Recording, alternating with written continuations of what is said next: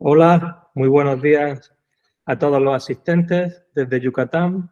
Doy la bienvenida al 16º Congreso Internacional de Educación e Innovación CIEI y tras la inauguración y sin más dilación paso a presentar la conferencia inaugural del Congreso que lleva por título Ecologías de aprendizaje, oportunidades y desafíos para la formación docente, y que va a impartir la doctora Mercedes González San Mamés, catedrática de Didáctica y Organización Escolar de la Universidad de A Coruña. La doctora González San Mamés posee el título de doctora en Ciencias de la Educación y ha sido galardonada con el premio extraordinario tanto de licenciatura como en doctorado. Ha sido directora del Centro Universitario de Formación e Innovación Educativa CUFIE de la Universidad de A Coruña y del Centro de Formación Continuada de Profesorado de Ourense. Sus líneas de investigación giran en torno a la formación del profesorado y el asesoramiento en educación, integración de las TIC e innovación y mejora de la enseñanza. Ha participado en más de 40 proyectos competitivos y contratos de investigación, tanto a nivel internacional, Erasmus, Leonardo, Comenius, Nacional, Mineco, Secretaría de Estado de Universidades, CIDE y Autonómico, Junta de Galicia, Consejo Escolar de Galicia, coordinando 18 de ellos.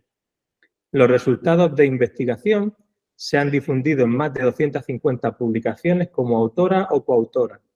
La mitad de estas publicaciones se han realizado en revistas de reconocido prestigio, indexadas con índice de calidad y reseñadas en bases de datos internacionales.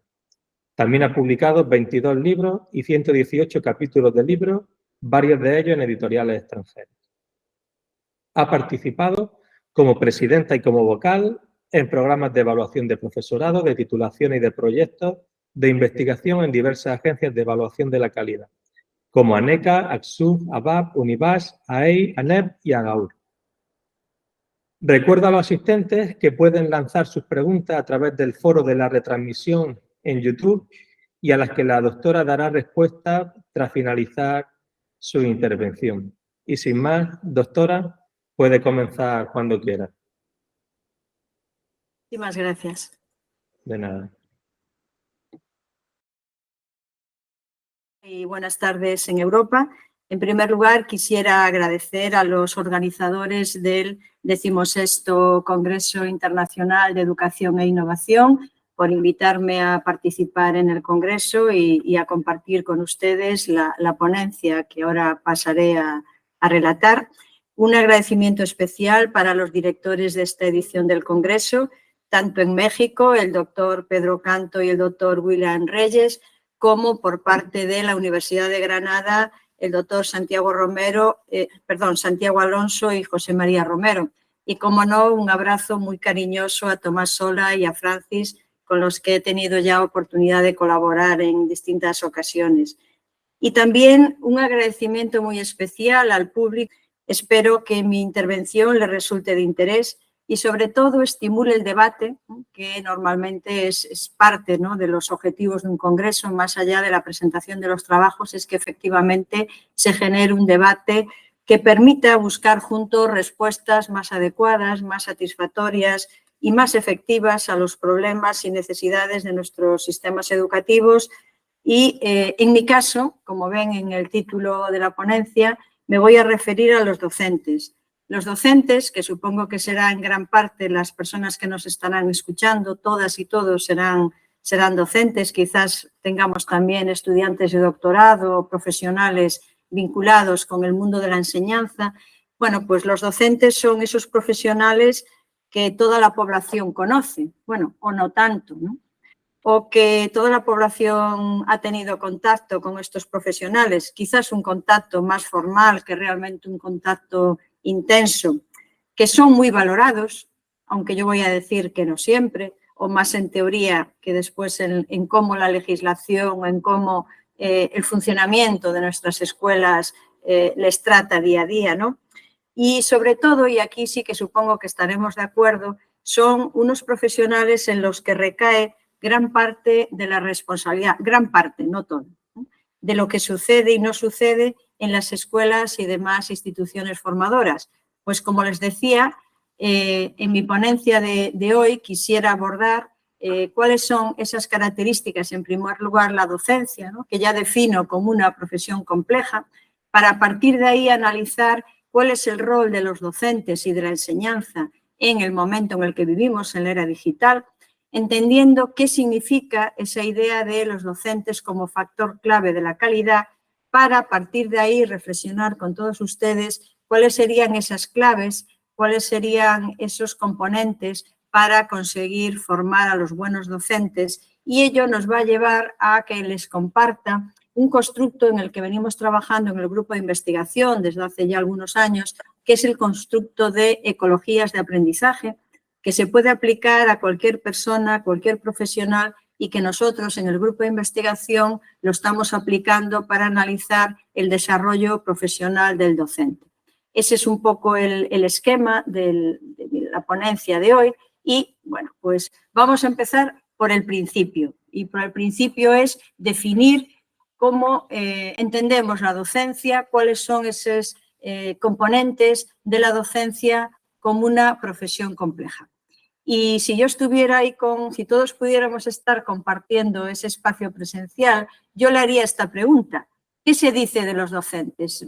Si nosotros salimos a la calle y preguntamos quiénes son los docentes, qué hacen los docentes, cuál es el rol, cuál es la importancia que tienen los docentes, seguro que todos han escuchado, la mayoría, frases como las que he recogido en la transparencia, ¿no? Frases como que la calidad de la enseñanza depende de la calidad de sus profesores. Este es uno de los eslogans del informe TALIS, pero también en otros informes, ya sea de la UNESCO, de la Unión Europea, de la OCDE, se repite constantemente la idea de que los docentes son una pieza clave de toda reforma educativa. Si a nivel país, si a nivel región queremos desarrollar una reforma del sistema educativo, no podemos olvidarnos de los docentes, o más bien diríamos que debemos de pensar sobre todo en cómo los docentes van a asumir, van a trabajar, van a desarrollar los cambios que implica esa reforma. ¿Y quiénes son los docentes? Bueno, pues los docentes es un colectivo muy numeroso. Yo esta mañana buscaba los datos y he quedado asustada. Según la Secretaría de Educación de México, en el curso 22-23 hay 1.225.580 docentes en lo que es la enseñanza básica. En la media superior, más de 400.000 docentes y en lo que es ya la enseñanza superior, casi 400.000. En el caso de España, los datos del profesorado no universitario son en torno a 800.000. Obviamente es un país bastante menos poblado que México, y en el caso de la enseñanza superior, en torno a 89.000. ¿Qué significan estos números? Bueno, pues que estamos ante un colectivo donde es muy diverso en cuanto a la formación, en cuanto a su trayectoria, cómo llegan a ejercer la docencia. Algunos han estudiado carreras de educación, otros no, en cuanto a su edad, en cuanto a sus expectativas, en cuanto a su forma de entender la enseñanza. Por lo tanto, hablar de los docentes ni es sencillo ni es unívoco, puesto que hay que reconocer, hay que tener en cuenta toda esta amalgama de variables, de circunstancias que hacen que no sea sencillo, no haya una única manera de analizar de qué estamos hablando. Quizás podemos ponernos de acuerdo si lo que analizamos es qué hacen los docentes, o sea, ¿qué es lo que hace un docente? Pues esto está claro, ¿no? Un docente enseña. ¿Y qué hacen entonces los estudiantes? Bueno, pues los estudiantes aprenden, ¿no? Hasta aquí creo que sí, que estamos de acuerdo.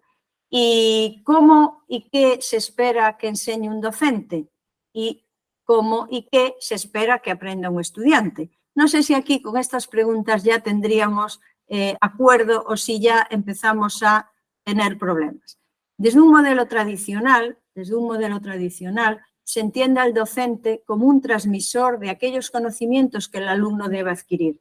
Y se entiende que el estudiante es un sujeto que tiene que absorber, que tiene que apropiarse, que tiene que asumir esos conocimientos que transmite el profesor. En este modelo tradicional, por lo tanto, la enseñanza consiste en explicar, en realizar ejercicios y hacer exámenes para comprobar si se han aprendido esos conocimientos que transmitía. Por lo tanto, ¿qué se espera del aprendizaje? ¿Cómo se visualiza el aprendizaje? Pues repetir para memorizar esos conocimientos. Estas son las características, los rasgos más definitorios del modelo tradicional. Me olvidé decirles que a lo largo de la presentación vamos a tener a unos gatitos que nos van a acompañar, que nos van, bueno, yo voy a pensar que nos van a deleitar, que nos van a sorprender con sus miradas y que nos van a ayudar a avanzar en el discurso en el que yo quiero comprometerles esta tarde para desarrollar conjuntamente las ideas que les voy a compartir. Decía que tradicionalmente esto era así, pero en el modelo tradicional se producen algunos desajustes en el rol del estudiante, porque el estudiante no siempre funciona como esa esponja, ¿no? Como esa persona que asume, que recibe, que interioriza el conocimiento que el profesor le transmite.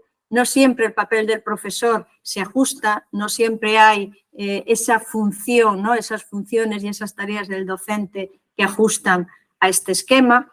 La manera de aprender memorística no siempre funciona y, por lo tanto, esas formas de enseñar, de explicar y de, una vez que uno lo explica y que se hacen los ejercicios, se alcanzan los resultados. En el modelo tradicional, los desajustes se producen en todos y cada uno de los componentes del modelo, en cuanto a la visión del aprendizaje, en cuanto al planteamiento de la enseñanza, en cuanto al rol del docente y también en cuanto al rol y las tareas y funciones del estudiante o discente.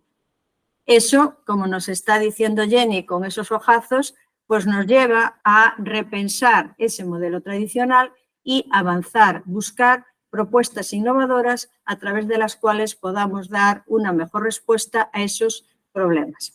Voy a compartirles ahora con ustedes algunos de esos mitos y paradojas en los que se asienta ese modelo tradicional y que es necesario cuestionar, es necesario, digamos, reflexionar y avanzar para lograr una mejor enseñanza. Sabemos que el aprendizaje no es fruto de la repetición de contenidos que se memorizan. Ese, en todo caso, se ajustaría a esa teoría del aprendizaje conductista, ¿no? de estímulo-respuesta, pero sabemos, y aquí la psicología nos ha ayudado mucho a través de las investigaciones que se han desarrollado, que hay teorías del aprendizaje mucho más útiles, mucho más aprovechables en el caso de los procesos de enseñanza-aprendizaje, como es el constructivismo, que nos alerta de cómo el estudiante, cómo el aprendiz tiene que ir construyendo ese andamio en el que situar los nuevos conocimientos. Teorías del aprendizaje como el cognitivismo, donde ponen el énfasis en el conocer, no tanto en el memorizar, y no sé si les suena esta teoría del aprendizaje que les he colocado ahí, el conectivismo. Es una teoría de aprendizaje que acaba de surgir, que un autor canadiense, Siemens, ha escrito una serie de trabajos y ha realizado una serie de investigaciones a través de las que nos está proponiendo que en el momento actual se aprende conectados, ¿no? De ahí la idea del conectivismo como una teoría del aprendizaje. Bueno, no sé si a la par que las anteriores, porque no tienen ni el recorrido ni la fundamentación que las anteriores, pero sí que es una llamada de atención de cara a entender, de cara a valorar los contextos de aprendizaje que tenemos hoy en día. Vale, pues estábamos comentando esos mitos, esas paradojas del aprendizaje. Vamos ahora a dedicarle también unas transparencias a compartir cuáles son esos otros mitos que tienen que ver con la enseñanza. Bueno, ustedes estarán de acuerdo conmigo en que para enseñar no basta con saber los contenidos de la materia. Seguramente todos nosotros podemos recordar a buenos maestros que sabíamos que dominaban la materia, pero no tenían esas habilidades para compartirla con los estudiantes, para ayudar a que los estudiantes asumieran esos contenidos, etcétera, etcétera. Otro de los mitos es que cuando uno habla con gente que no es de esta profesión, dice, bueno, si explicas clarito y despacito, te van a entender, ¿no? Pues no, incluso explicando clarito y despacito, no se garantiza que los estudiantes entiendan ni tampoco que lo aprendan. Por lo tanto, ese es otro mito. El mito de la experiencia. Bueno, obviamente en España hay una frase, la experiencia es un grado, ¿no? Y con eso estamos dándole una gran importancia a aquellos docentes que llevan muchos años y que a través de la experiencia han ido aprendiendo esos trucos del oficio. Pero aquí hay que hacer la advertencia de que la experiencia no consiste en repetir lo mismo año tras año. La experiencia consiste en ir identificando errores que eres capaz de ir superando, buscando nuevas alternativas. Por lo tanto, en esa nueva visión, en esa superación del modelo tradicional, de lo que se trata es de avanzar y de abandonar, más bien diríamos, la enseñanza transmisiva hacia una enseñanza por descubrimiento, una enseñanza basada en la investigación y colaborativa, donde tanto el alumno como el docente, tanto los estudiantes como los docentes, trabajen en comunidades de aprendizaje y todo ello posibilite ese buen ambiente, esa búsqueda de respuestas a partir de las que se indaga en el conocimiento y se van descubriendo nuevos aprendizajes.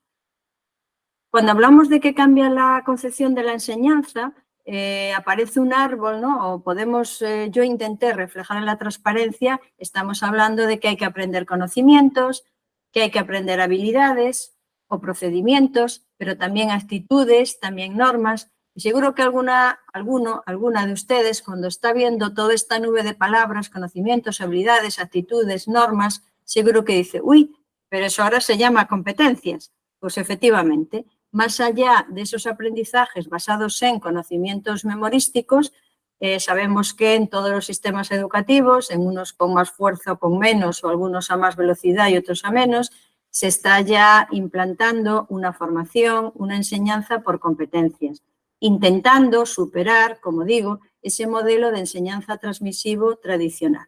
Vamos al estudiante. También en el estudiante hay algunos mitos y algunas paradojas que es necesario superar. Y si me lo permiten, les voy a leer esta frase y ustedes van a pensar, les voy a dejar ahí unos segunditos porque el tiempo nos apremia, y van a pensar quién o cuándo, si no quién, cuándo, se habrá escrito esta frase. Nuestra juventud gusta de lujo y es mal educada, no hace caso a las autoridades y no tiene el menor respeto por los de mayor edad.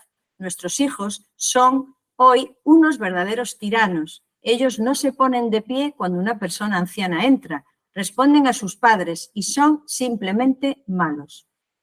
Es probable que algunos de ustedes o algunas de sus amistades o alguno de sus familiares firmara este párrafo. Pues bueno, no sé si saben que este párrafo lo escribió el filósofo Sócrates, pues 400 años antes de la era cristiana. Bueno, ya en ese momento había una visión bastante crítica, no sé si incluso despiadada, de lo que era la juventud y de los malos comportamientos, de las actitudes nefastas de la juventud ya en el 400 antes de la era cristiana. Les voy a poner otra. Yo no tengo ninguna esperanza en el futuro de nuestro país si la juventud de hoy toma mañana el poder, porque esa juventud es insoportable, desenfrenada, simplemente horrible. ¿Quién creen ustedes o cuándo creen ustedes que se ha podido escribir esta frase? ¿Creen que le he tomado de un periódico esta mañana o esta semana, de aquí, de México, de Ecuador, de cualquier país en este momento? Pues no. Esta frase la escribió también otro filósofo, Hesíodo, en el 720 antes de la era cristiana. ¿A dónde les quiero llevar o qué es lo que quiero provocar en ustedes con estas frases? Bueno, pues la idea del estudiante, las quejas que son a veces lugares comunes, ¿no? de los docentes que se quejan también de muchas personas de la sociedad, criticando cómo es la juventud actual, su poca implicación, su escasa motivación, su nula implicación en el trabajo. Bueno, pues si en esta nueva visión del modelo de enseñanza-aprendizaje se reclama un estudiante protagonista, no aquel estudiante esponja que mencionábamos al principio de la presentación, y también un estudiante autónomo. Y nos vamos al docente. Bueno, no sé si ustedes lo han escuchado, pero a mí me ha llegado esta frase, ¿no? cualquiera puede ser docente, no cualquiera puede ser médico, no cualquiera puede ser un técnico de laboratorio, pero al final ser profesor es fácil, ¿no? La enseñanza es una profesión. Por lo tanto, no vale con tocar de oído, no vale con ensayo y error, no vale con llegar al aula y, bueno, explicar o pedir que hagan actividades de un libro o actividades en una plataforma o no, es una profesión y eso significa también que profesor no se nace. Más allá de una serie de características personales como la empatía, como la capacidad de trabajo, como las habilidades que uno puede tener de manera innata, hay que aprender a ser profesor porque, como decimos, es una profesión. ¿Cómo cambia el papel del docente en este nuevo modelo innovador? El docente se entiende como alguien que dirige el aprendizaje, es como el director de orquesta, el que sabe qué buen sonido puede sacar a cada instrumento, sabiendo que cada instrumento es distinto, tiene su partitura, entra en distinto momento en la obra que se toca, etcétera, etcétera. El docente es alguien que organiza, es alguien que establece las pautas, que marca las actividades, que identifica los recursos, es alguien que guía en el aprendizaje, es alguien que sabe cuáles son las dificultades que tienen los aprendizajes que se tienen que propiciar y, por lo tanto, conociendo también las características, las dificultades, las expectativas de cada alumno, le ayuda a avanzar. El docente es también una fuente de información y quizás hoy en día, además de fuente de información, porque sabemos que está Internet y está Mr. Google y todo lo que nos puede aportar la red, es alguien que nos va a ayudar a saber cómo interpretar esa información, cómo procesarla, cómo valorar la información que es valiosa y la que no. El docente ha de ser alguien que se comporte como un investigador, es decir, alguien que se hace preguntas, alguien que intenta buscar respuestas, alguien que plantea su actividad bajo unos patrones de rigor, de análisis y de búsqueda de una mejoría constante. Por lo tanto, para superar el modelo educativo tradicional y avanzar hacia propuestas innovadoras, más allá de estas características, de estos mitos, de estas paradojas que he querido compartir con ustedes en este primer momento de la presentación, no podemos olvidar que todas estas reflexiones alcanzan distinta dimensión o quizás hay que visualizarlas desde una perspectiva muy particular si entendemos que estamos en la era digital y que, por lo tanto, en el mundo en el que vivimos, la sociedad cambia constantemente y si cambia la sociedad, cambia la educación, o cuando menos la educación no puede permanecer al margen de los cambios de la sociedad. Por lo tanto, ante cualquier planteamiento relativo al proceso de enseñanza-aprendizaje y relativo a los docentes, no puede realizarse al margen de un análisis del mundo en el que vivimos, de los cambios de la sociedad y de, en definitiva, comprender dónde estamos viviendo, qué se espera que aporte la educación y, por lo tanto, cuál es la función que cumple el docente en el momento actual. Por decirlo de manera resumida, si algo caracteriza a la sociedad actual es que es una sociedad de cambios continuos y rápidos en las formas en cómo nos comunicamos. Como mejor ejemplo, pues yo desde mi casa en La Coruña, en una esquinita de España, estoy comunicándome con ustedes que están en distintos lugares del mundo, como hemos podido ver en el chat donde han ido saludando distintas personas durante la inauguración. Cambios continuos y rápidos en cómo se producen los bienes, cómo se produce el conocimiento, cómo se difunde, cambios en nuestras maneras de actuar, cambios en nuestras maneras de vivir y, por lo tanto, también en nuestras maneras de pensar. Esta es la sociedad en la que vivimos, que se caracteriza también por un vertiginoso desarrollo científico y tecnológico, donde hay una sobrecarga de información, la información está al alcance de todos, casi todos vamos a decir, pero se trata de una información cambiante, sesgada, fragmentada e incluso falsa, ¿saben? Lo nocivos, ¿no? Cómo están proliferando informaciones falsas y todo el daño que eso genera. Y no podemos olvidarnos que a pesar de que esa información está cada vez más accesible, sigue habiendo sigue habiendo brechas que limitan esa accesibilidad. En todo caso, todo ello cuestiona y todo ello reclama que la enseñanza tiene que ayudar o tiene que dar respuesta a saber procesar, interpretar y valorar la información disponible. En definitiva, estamos en una sociedad compleja, contradictoria, paradójica. Algunos de los filósofos o algunos de los analistas incluso se cuestionan si en el momento actual progresamos o retrocedemos. En todo caso, en ese mundo en el que vivimos, esos cambios de la sociedad y esos cambios en la enseñanza también nos llevan a unos cambios en la concepción del aprendizaje. El aprendizaje ha de ser cada vez más flexible, ha de adaptarse cada vez de una manera más clara, más determinante a la persona, a cómo las personas, cuáles son las expectativas de las personas, cuáles son sus intereses, cuál es su marco en cuanto al contexto sociocultural, si tiene conocimientos previos, cuáles son sus circunstancias personales, su situación familiar, su edad, su género. Es decir, la enseñanza y el aprendizaje también tienen que dar respuesta a la cooperación, a trabajar conjuntamente para construir esos saberes que a todos nos hacen falta para situarnos y ser ciudadanos que podamos vivir de manera satisfactoria en el mundo actual. Y también otro de los rasgos del cambio en el aprendizaje y en la enseñanza es la interacción.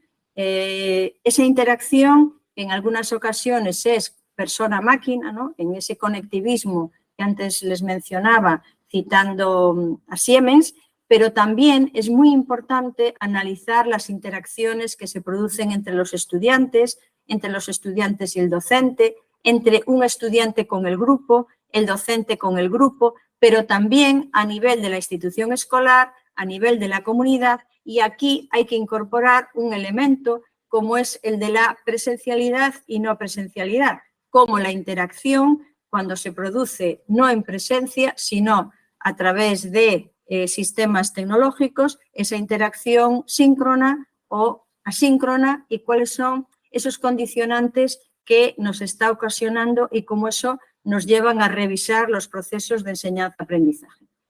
Y otro elemento clave es el cómo cada vez más los aprendizajes no formales e informales tienen un mayor reconocimiento. Yo también diría que una mayor presencia y, cómo no, también gracias a los aportes de la tecnología e incluso a nivel de los gobiernos, a nivel de los ministerios, más allá de los aprendizajes formales que se desarrollan en las instituciones de formación, se van creando mecanismos de reconocimiento de los aprendizajes no formales. En el caso de las actividades profesionales, por lo menos en Europa, sí hay ya un reconocimiento de actividades profesionales en función de la experiencia que tiene una persona más allá de la formación reglada que haya adquirido en una institución, pero también cada vez los aprendizajes informales tienen un peso muy fuerte y lo sabemos que muchos de nosotros, cada uno de nosotros, accede a Internet y hace cursos tipo MOOC de cualquier tipo de cuestión o simplemente pues busca la información, se matricula en seminarios, en webinars, es decir, el aprendizaje ya no se limita a un tiempo, ya no se limita a una fase de la vida, ya no se limita a una determinada institución. ¿Por qué? Porque cada vez más, en el momento actual, hay muchas y diversas las personas con las que podemos interactuar y que nos favorecen el aprendizaje, son diversas las situaciones en las que podemos involucrarnos y también muy variados y múltiples los recursos que van a propiciar esas oportunidades para aprender. ¿Por qué? Porque la frase, el eslogan de aprender a lo largo, es decir, en distintas etapas de la vida, pero también a lo ancho, es decir, en una etapa de la vida, aprender de distintas formas y en distintos lugares y a través de distintos mecanismos, es algo que cada vez más está en la agenda de cada uno de nosotros. Y todo ello genera también cambios en la concepción de la educación. Y una buena educación hoy en día tiene que dar respuesta a la necesidad que cada persona, cada ciudadano y cada profesional, es decir, a nivel personal, pero también a nivel laboral, cada uno de nosotros tiene que saber cómo buscar, cómo procesar, entender, seleccionar la información para aplicarla de manera crítica y transformarla en conocimiento. Conocimientos que además tiene que ser capaz de aplicar en distintos contextos y a diferentes problemas. Y de nuevo, supongo que muchos de ustedes todo esto les estará recordando la palabra competencias que ya mencionamos anteriormente. Bien, y no sé si ven lo que les acabo de poner. Es una persona con un algodón y aquí en España decimos la prueba del algodón cuando pues algo que está limpio, ¿no? Algo que está limpio y alguien le pasa el algodón para decir, uy, pero aquí está pasando algo. Aquí parecía que esto estaba claro, parecía que estábamos bien, que íbamos por buen camino, pero ha pasado algo. Bien, pues con la prueba del algodón es una metáfora que yo utilizo porque, bueno, me la ha comentado un compañero, habla de la prueba del algodón para referirse a algo que nos ha pasado a toda la humanidad. Y me parece que con lo que ahora está apareciendo en pantalla lo van a identificar. Efectivamente, hasta aquí, todo lo que yo les he explicado en las transparencias, pues era lo que yo podía estar explicando antes de 2020.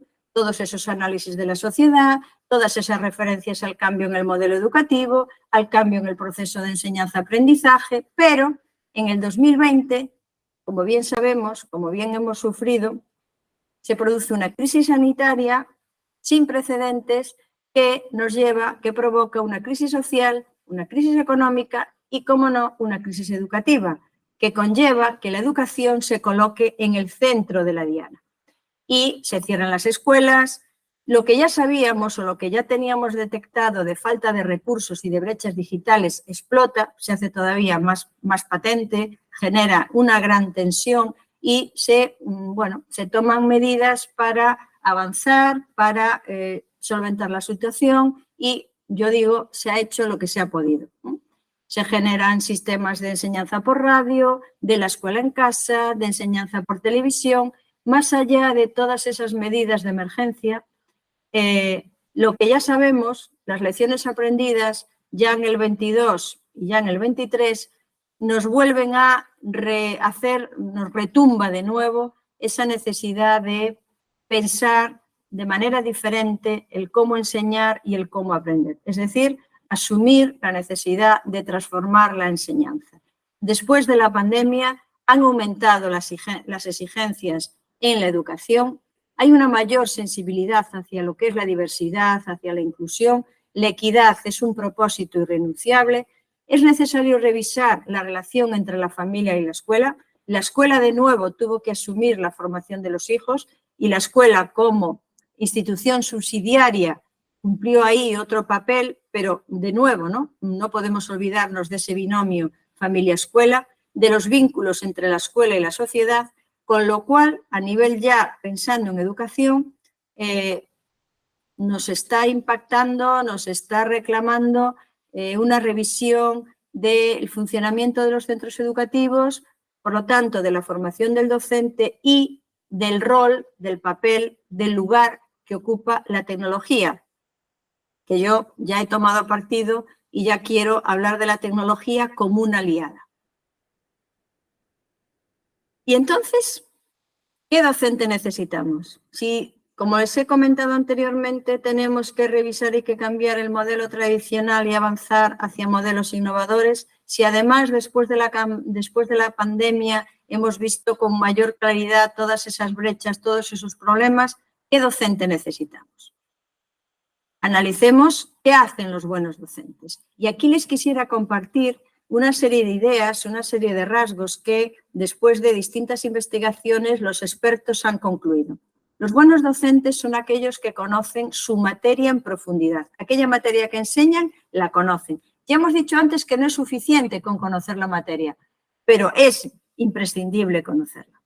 Y además son capaces de simplificar y de clarificar los conceptos complejos de esa materia que tienen que enseñar y de identificar cuáles son los objetivos clave y desdeñar aquellos que son más arbitrarios. Pero además crean un contexto de aprendizaje crítico, pero natural, no forzado. Los buenos docentes confían en sus estudiantes y además confían en que los estudiantes quieren aprender. y consiguen que aprendan, que valoren y que se motiven por los aprendizajes.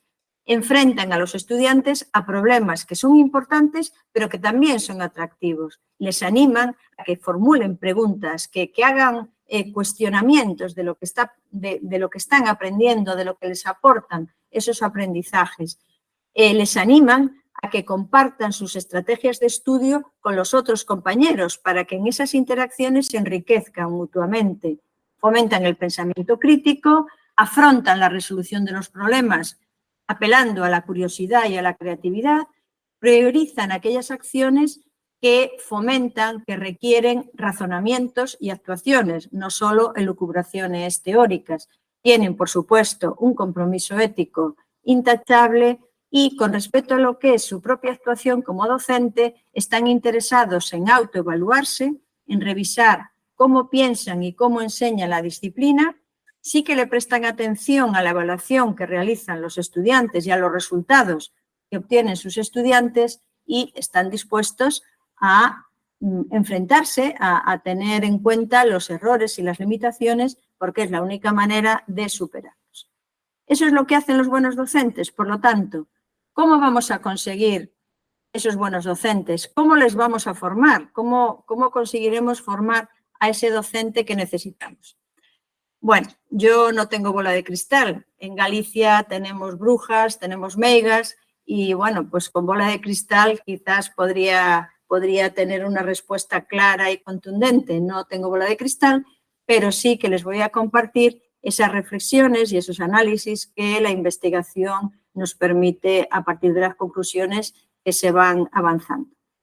Lo primero que quiero, hay dos ideas clave que quiero compartir con ustedes y espero que estén de acuerdo y si no, pues en las preguntas tendremos oportunidad de revisarlo. La buena docencia se puede aprender.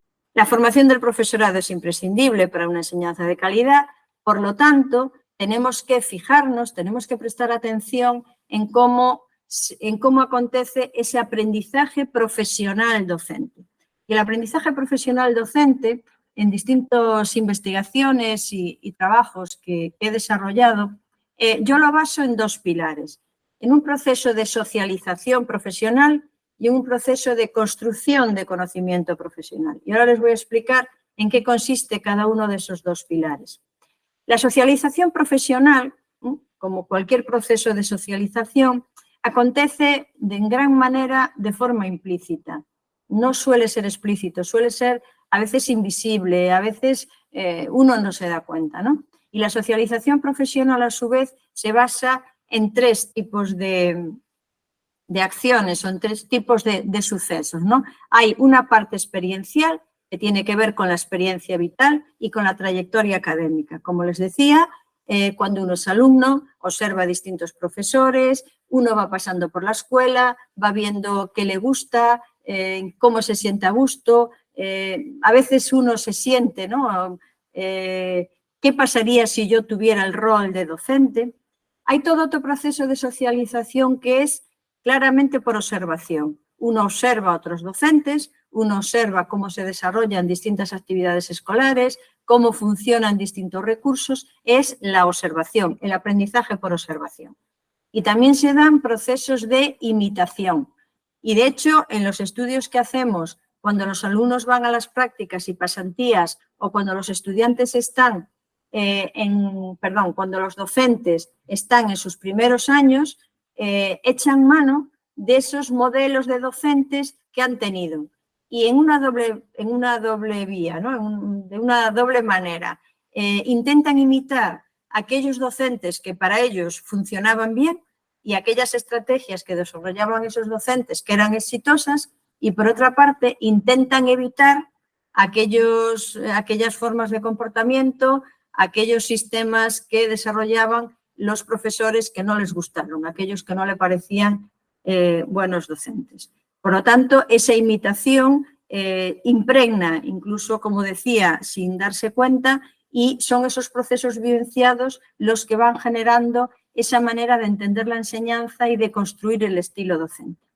En cuanto al conocimiento profesional docente, aquí hay que apelar a los estudios que inicia Schulman a finales de los 70, principios de los 80, y que han desarrollado distintos colaboradores y que hablan de el conocimiento disciplinar, es decir, el conocimiento de la materia, el conocimiento pedagógico general, que incluye el conocimiento de las teorías del aprendizaje, del currículum, de los modelos de enseñanza y la confluencia del contenido y de la pedagogía, que sería el conocimiento didáctico del contenido, el conocimiento didáctico de la enseñanza de una determinada manera, que junto con el conocimiento del contexto serían los pilares de ese conocimiento profesional docente. Es decir, aquí se intenta determinar, se intenta, digamos, describir y concretar cuáles serían esos conocimientos que tiene que tener un profesional de la docencia y que, obviamente, como pueden imaginar, serían los que tendrían que aprenderse, los que tendrían que trabajarse en las carreras de educación, en la formación inicial y en la formación de los sistemas por donde vaya pasando el docente, las experiencias que vaya teniendo, las necesidades que el contexto laboral le vaya reclamando. Pero esas investigaciones y esos trabajos que hemos desarrollado sobre socialización y conocimiento profesional, en el momento actual y debido al gran desarrollo, a la gran difusión, a la gran implantación de la tecnología, como decíamos anteriormente, abre nuevas posibilidades, nuevas oportunidades de aprender a enseñar. Distintos autores, pues desde Siemens, que nuevamente citamos el conectivismo, pero también se habla de aprendizaje ubicuo, de aprendizaje rizomático, aprendizaje invisible y surge el concepto de ecologías de aprendizaje.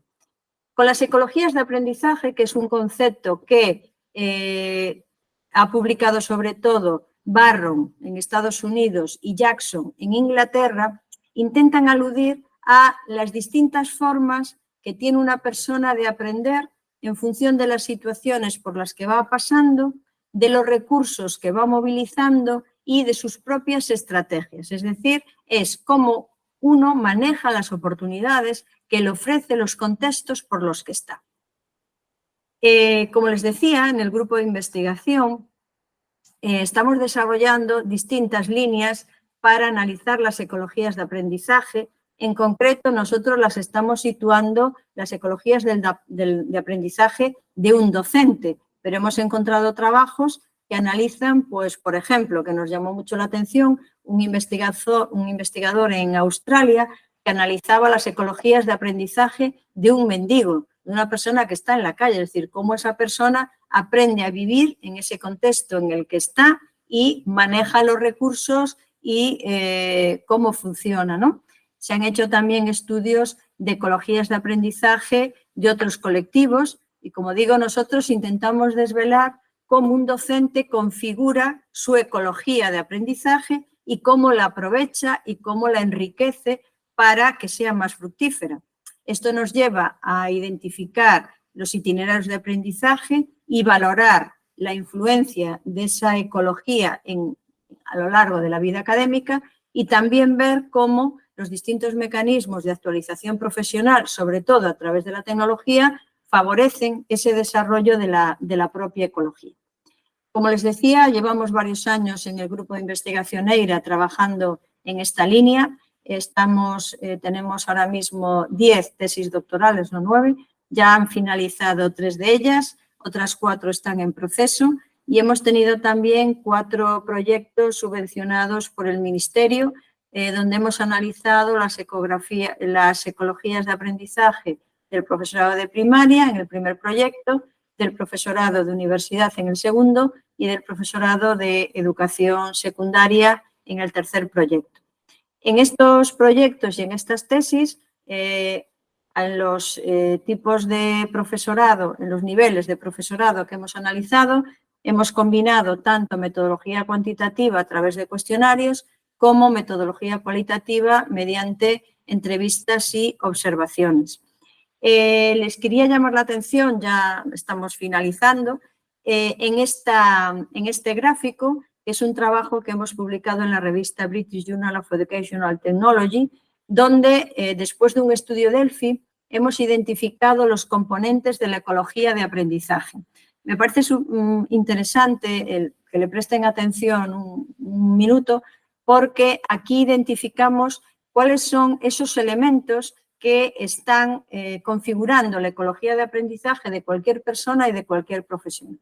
Hemos identificado una dimensión intrínseca que incluiría el análisis de las concepciones, las motivaciones y las expectativas que tiene cada persona o cada profesional, si lo queremos ubicar en el análisis de un determinado profesional.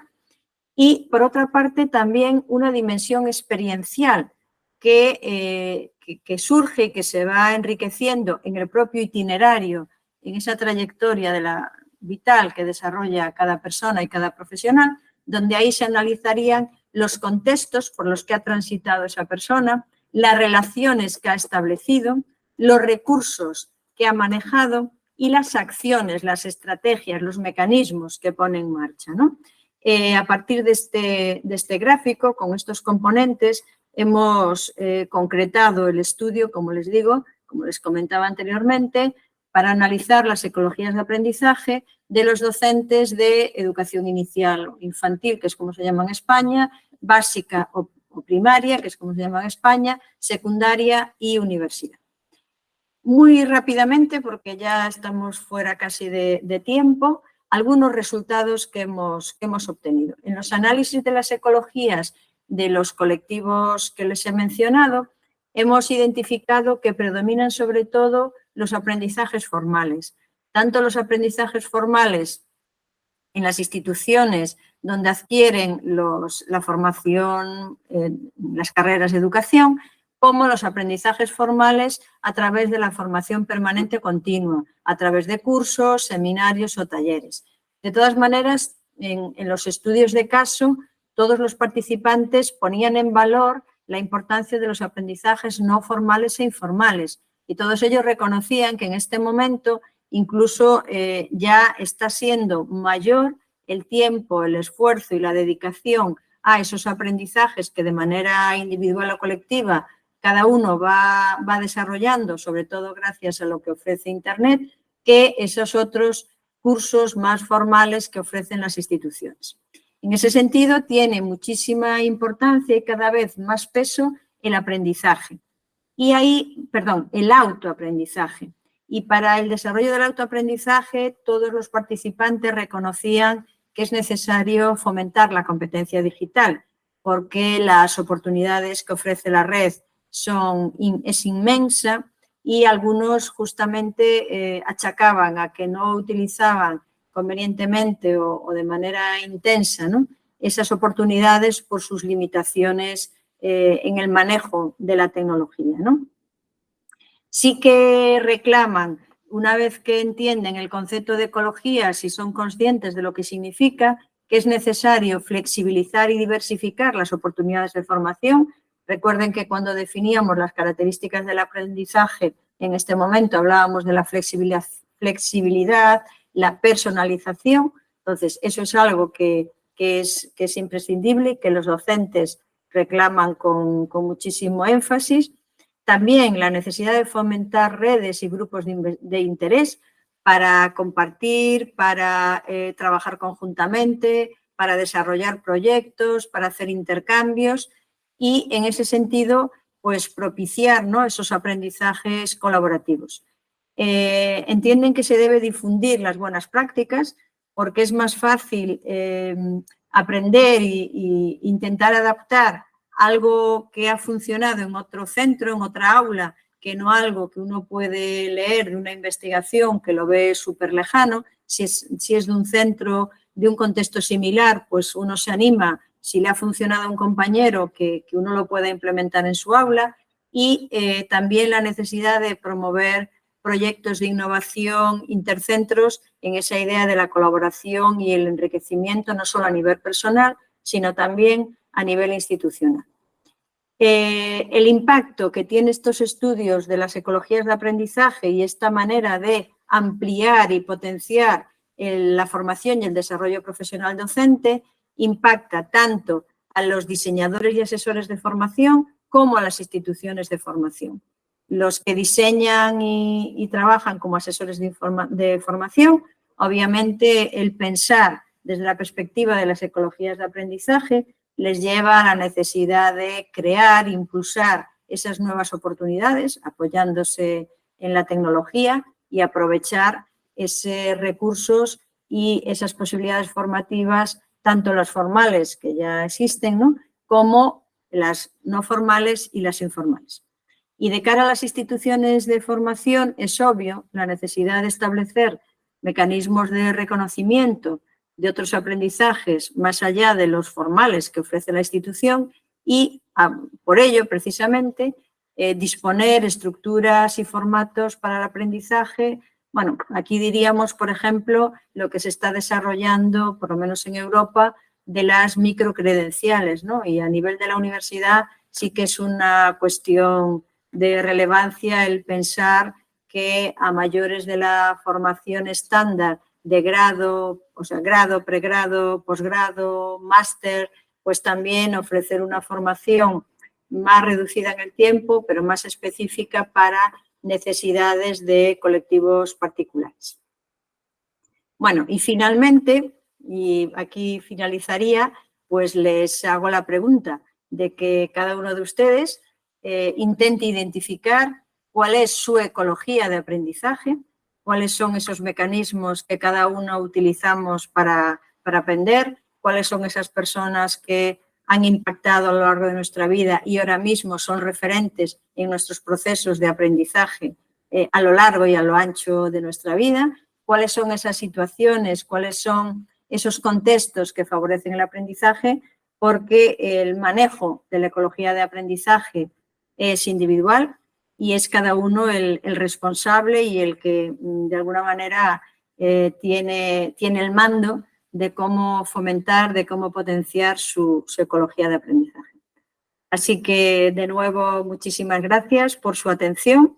Gracias por estar participando en el Congreso. Gracias a los organizadores por invitarme a compartir este rato con ustedes y quedo a su disposición para cualquier pregunta o cuestión que quieran hacer ahora en el tiempo de debate o, si lo consideran oportuno, si les interesa el tema, necesitan pues que les comparta más información, los datos, pueden consultar las publicaciones que tenemos o enviarme un correo electrónico. Tienen ahí mi dirección de correo electrónico y, como no, les invito a la Universidad de La Coruña si quieren también pues compartir con el grupo de investigación EIRA estos estudios que con muchísima ilusión, entusiasmo, espero habérselo contagiado.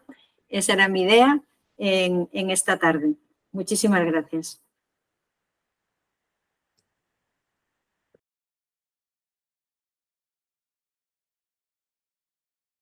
A continuación, voy a pasar a trasladarle las preguntas que los asistentes han ido formulando a través del canal de YouTube del Congreso. En primer lugar, el profesor Juan Manuel Trujillo nos pregunta si en esta nueva búsqueda de ejercicio, docente, le gustaría conocer, aunque ya nos ha adelantado algo en la conferencia, cuál es su opinión respecto a la inteligencia artificial en cuanto a la automatización de tareas y la personalización del aprendizaje. Bueno, la verdad que era esperable, ¿no? En este momento, en cualquier reunión de docentes y en particular de investigadores, el tema de la inteligencia artificial es súper protagonista, ¿no? Bueno, no es por responder a la gallega, y para los que no son de España saben que responder a la gallega es decir depende, y bueno, con eso uno se quita el compromiso de encima. A ver, yo creo que ahora mismo estamos como asustados, ¿no? Yo a veces recuerdo pues lo que sucedió cuando aparece la imprenta y también hubo muchísima polémica cuando aparecieron los primeros ordenadores, es decir, bueno, estamos en un momento de impacto y de que no sabemos cómo nos va a afectar, ¿no? Yo creo que una vez que las aguas se calmen, y lo que se tratará es de analizar los aportes que hace y aprovecharlos y ser muy conscientes de las limitaciones o de los peligros que supone, ¿no? Como sucede ya ahora mismo con el uso de la tecnología. Todos saben, sin ir más lejos, ¿no?, que el uso de los teléfonos móviles pues está produciendo problemas de nomofobia, de fabbing, de sexting, y no por eso los prohibimos o no por eso se dejan de utilizar. Hay aspectos positivos y hay peligros. Creo que con la inteligencia artificial nos va a pasar lo mismo y que, bueno, pues igual que también a nivel de la sociedad, pues por decir algo, ¿no?, todo el asunto que se acaba de regular de los derechos de los consumidores y de garantizar que tus datos no se hagan públicos, etcétera, etcétera. Es decir, las normativas que protegen a la ciudadanía van después de cuando se identifican los peligros y los abusos, pues espero que en este caso vaya por delante y no tengamos que sufrir abusos y problemas como hemos sufrido con otros avances de la tecnología y después viene la protección. Es lo único que a lo mejor pediría a los juristas y a los políticos que tienen la potestad de hacerlo. No sé si con esto he contestado suficientemente. Sí, muchas gracias, Mercedes. Otra de las preguntas que nos han realizado a través del foro procede de Antonio Pérez Robles y pregunta qué hay al respecto de la evaluación calificativa. Si nos enfrentamos a una docencia que se evalúa a través de la evolución de las ideas de los estudiantes y a través de proyectos o solo lo hacen con exámenes. Vale, entiendo que se refiere la evaluación que el docente hace de los estudiantes. Sí. Sí, a ver, cuando yo estaba en el inicio de la exposición intentando describir o, bueno, incluso hacer como una caricatura del modelo tradicional, hablé de la enseñanza y no hablé de la evaluación. Efectivamente, en ese modelo de enseñanza tradicional, el examen es una evaluación orientada a medir si se han adquirido esos aprendizajes y sobre todo aprendizajes memorísticos. Es decir, que esa evaluación que únicamente sea calificar, sea verificar y sea cuantificar y sea una evaluación final, encaja sobre todo en el modelo tradicional. Si nosotros avanzamos, como yo intenté proponer e intenté argumentar, hacia un modelo de enseñanza-aprendizaje innovador, hay otras fórmulas de evaluación. Si obviamente nosotros hacemos un planteamiento de enseñanza-aprendizaje colaborativo por proyectos, a través de aprendizaje basado en problemas, etcétera, etcétera, eso cuestiona obviamente una evaluación cuantificada, una evaluación sumativa. Tenemos también que dentro de ese planteamiento realizar una evaluación formativa, una evaluación continua, una coevaluación, es decir, apelar a otras fórmulas, otros sistemas de evaluación. Si no, sería un fraude, ¿no? Y yo creo que todos hemos sufrido el que en algunos momentos, o bueno, yo por lo menos sí les confieso que he sufrido algunos momentos de mi etapa en enseñanza básica, docentes que trabajaban de un modo más innovador, pues a través de trabajo por proyectos, pero que al final nos ponían el examen tradicional de toda la vida, como se suele decir, y bueno, lo justificaban porque se lo exigía la institución y porque tenían que poner una nota en el boletín, etcétera, etcétera, ¿no? Pero en realidad no es adecuado, o sea, no hay coherencia. La evaluación es un elemento más del proceso de enseñanza-aprendizaje que debe ir en coherencia con la metodología, con los objetivos, es decir, con todos los demás componentes del diseño curricular. Muchas gracias, Mercedes. Te adelanto que son numerosas las felicitaciones por tu ponencia y junto a una de las felicitaciones, Lucía Guadalupe Reynosa Gómez pregunta que cómo aborda su propuesta los aspectos socioemocionales del docente, ya que, por ejemplo, después de la pandemia, las exigencias hacia el docente para dar contención emocional a sus estudiantes es mayor que antes de la pandemia, pero cabría preguntarse quién estaría dando esa contención a los propios docentes ahora que hemos vuelto a la normalidad. Sí, efectivamente, hay toda una línea de investigación que analiza, bueno, desde un rótulo más global de las satisfacciones e insatisfacciones de la profesión docente a cuestiones más concretas como el burnout o el quemado, ¿no? Y todos los problemas incluso de las afecciones en salud, en depresión y en otras problemáticas más graves que afectan al docente. Efectivamente, esa parte emocional es una cuestión que no se debe olvidar y que tiene que ver, por una parte, con las condiciones laborales, y ahí sí que, bueno, no vamos a entrar ahora porque ya sería otra ponencia, pero sí les puedo mencionar que en un proyecto en el que he estado comprometida y que ahora inicia su segunda fase, propiciado por la organización del convenio Andrés Bello, hicimos un estudio de la formación docente en 12 países de América Latina, y una de las cuestiones que emergió son las condiciones de trabajo. Docentes que trabajan en 2 y 3 tandas, que trabajan en instituciones muy desfavorecidas, con falta de recursos, es decir, todo eso son componentes que hacen que el ejercicio de la docencia sea realmente, más allá de la docencia como profesión compleja, que les comentaba al principio de la exposición, más allá de por sí, ¿no?, tener esas condiciones y esas características y esas implicaciones que hemos estado comentando, es verdad que no es lo mismo ejercer la docencia en contextos desfavorecidos o en lugares donde, bueno, pues las familias tienen unas condiciones, donde los centros manejan unos recursos, donde hay unas instituciones respaldadas por los ministerios, etcétera, etcétera. Entonces, el análisis de los aspectos emocionales del ejercicio de la docencia me parece que es de enorme interés tenerlo en cuenta y ponerlo encima de la mesa, y desde el punto de vista de las ecologías de aprendizaje, precisamente ese componente interno de las ecologías que mencionábamos. Yo no sé si puedo ir hacia atrás en la transparencia. Sí.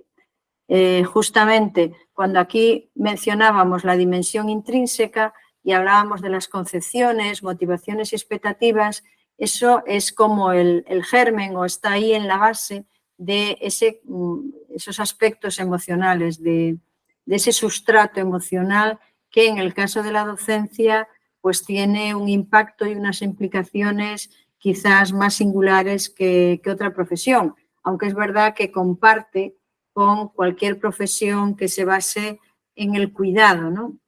También hay estudios muy importantes de estas problemáticas, pues, en enfermeros, en médicos, etcétera, etcétera. Es decir, que las profesiones que se basan en un intercambio, en una interacción humana, que tienen el cuidado como uno de sus marcos de referencia, pues sí que están como más expuestas a sufrir estas problemáticas.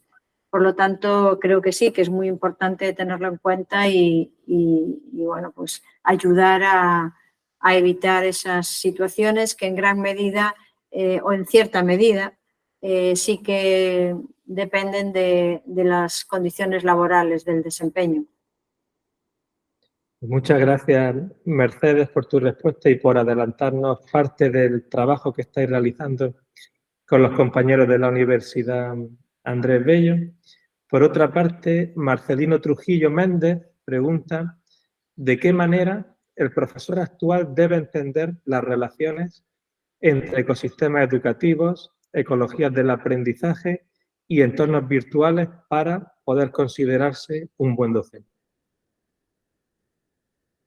A ver, justamente los 3 constructos que acaba de citar a veces se consideran sinónimos, pero tienen en común esa visión sistémica, ¿no?, que ya, a ver, que no es ninguna novedad, que no es que nos lo estemos inventando, vamos, yo recuerdo ya cuando estudié la carrera de educación que autores de los clásicos, ¿no?, hablaban de esa visión sistémica de la enseñanza.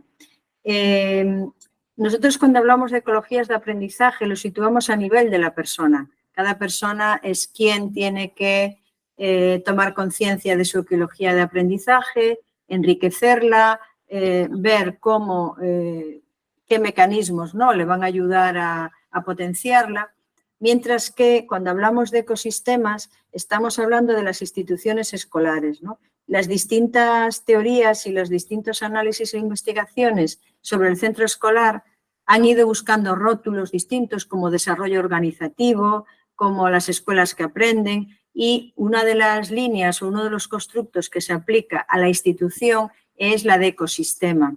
¿Por qué? Bueno, pues porque lo que intenta es poner en valor la interacción que hay entre todos los componentes y no quitarle protagonismo, no quitarle importancia a ninguno de ellos. Cuando entendemos el centro como un ecosistema, estamos intentando vincular lo que son los aspectos normativos, los aspectos formales, los informales, la cultura organizativa, el trabajo de los distintos miembros de la comunidad educativa.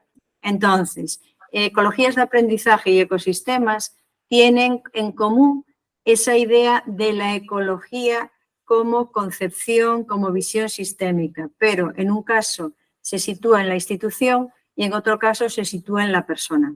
No sé si con eso he contestado a lo que nos decía Marcelino Trujillo. Sí, seguro que sí, Mercedes. Y para finalizar y para terminar en tiempo, la última cuestión que auno las preguntas de Jorge Madariaga de la Universidad Loyola de Andalucía y de Edith Solís, preguntan acerca de las competencias principales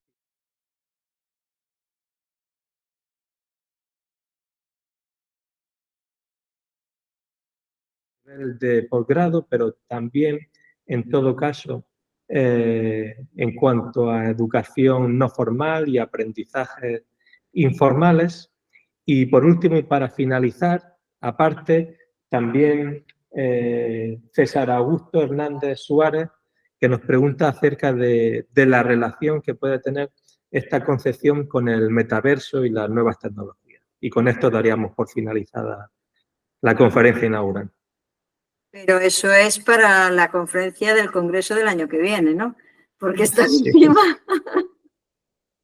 este último es de todo y un poco más, ¿no?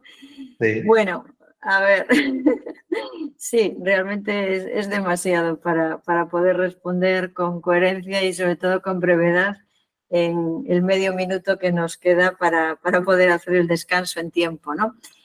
El tema de las competencias docentes es un tema, bueno, que ha suscitado ríos de tinta, ¿no? Podríamos decir, o ríos de tecleado, porque tinta era si lo escribiéramos a mano. Yo creo que es una manera, como decíamos antes, de concebir de manera conjunta la visión de un profesional. De hecho, las competencias se sitúan las competencias del ciudadano, competencias también, por lo menos en el currículum de las escuelas en España de básica y de secundaria, se establecen las competencias que tienen que desarrollar los niños y las niñas que están en esas etapas escolares. Es decir, competencia es un constructo, es un concepto que intenta aunar cosas que en esa visión tradicional a la que apelaba antes estaban dispersas. Es decir, conocimientos, habilidades, actitudes, pero no que se aprendan de manera aislada o no que se aprendan para aprenderlas per se, sino que esos aprendizajes te permitan después situarte en las situaciones vitales o en las situaciones profesionales en las que te encuentres y poder, no sé si decir resolver, que igual es mucho decir, pero sí cuando menos entender la situación a la que te enfrentas, ver qué opciones de respuesta tienes, buscar alternativas, etcétera, etcétera. Esa es la idea de competencias. Claro, cuando situamos las competencias a nivel de formación docente o a nivel de actuación de un docente, la verdad que nos ofrece una perspectiva muy interesante, porque el docente como profesional y teniendo en cuenta la complejidad de la docencia, como he intentado explicar al inicio de la presentación, es alguien que tiene que adquirir esos conocimientos profesionales que les he comentado hace un ratito, ¿no? los que en su día estableció Schulman o los que ahora Grossman ha concretado un poquito mejor, pero no se trata que eso lo aprenda en el aire o que eso lo aprenda pues, en la carrera de educación que esté desarrollando en la Facultad de Educación de la UADY o en la Facultad de Educación de Granada o en la de Coruña o en la de la Universidad Javeriana de Colombia, sino que se trata de que esos aprendizajes, cuando vaya al aula, pueda. Esos aprendizajes, yo suelo decir que son como piezas de un puzzle. Vale, tienes el puzzle porque tienes las piezas, pero más allá del puzzle te tienen que servir para, cuando tú llegues a un aula, cuando estés delante de un alumno que tiene un problema para aprender algo o que tiene un comportamiento disruptivo en el aula, que con todo eso sepas cómo actuar o sepas cómo plantearte qué tipo de actuaciones, qué alternativas de actuación tienes, ¿no? Entonces, cuando en los trabajos que también hemos realizado ya hace cierto tiempo sobre competencias, porque ahora estamos centrados en ecologías, pues identificábamos no solo las competencias que tienen que ver con el diseño, desarrollo y evaluación a nivel de aula, que obviamente esas son clave, sino con las otras competencias que tienen que ver con la actuación del docente a nivel de la institución, de esa institución que ahora tenemos que visualizar como ecosistema, ¿vale? Y también las otras competencias que tienen que ver con la deontología profesional, que tienen que ver contigo como persona y como profesional al 100%. Entonces están las cuestiones emocionales, pero también otras competencias que tienen que ver con las interacciones que tú como profesional de la docencia desarrollas con otros compañeros con los que tienes que colaborar de manera formal, pero también se dan muchas conversaciones y muchas interacciones informales, pero también con el equipo directivo, con las familias, con la comunidad más allá del centro escolar. Entonces, digamos que la rueda de competencias de un docente ya es bastante amplia y compleja y ahora pues habría que añadir la competencia digital, con lo que eso significa de conocer qué aportes puede hacer la tecnología, saber cómo usarla, cómo tenerla como aliada, como yo les decía anteriormente, y enlazo con el metaverso, pues hacer frente al metaverso, a la inteligencia artificial o lo que nos pueda llegar en el futuro, porque ya ven que esto avanza, que mañana estaremos hablando de otra cosa. Así que, bueno, es bastante, las exigencias son muchas, pero, bueno, digamos que es una profesión apasionante, donde nunca haces lo mismo, donde de un minuto para otro te van a surgir cosas nuevas y eso es la grandeza. Lo podemos ver como un problema y entonces este no es nuestro sitio, más bien lo tenemos que ver como una oportunidad y como un desafío, que es como yo quiero situarlo y como me gustaría, pues si me lo permiten, cerrar mi intervención pues hoy en el Congreso y agradecer también de nuevo la oportunidad. Muchas gracias, Mercedes, por tu respuesta. Damos por finalizada esta conferencia inaugural, no sin antes recalcar algunos de los comentarios que señalan la brillantez y la claridad de las respuestas efectuadas a las preguntas. Y sin más, daríamos por finalizada esta conferencia inaugural y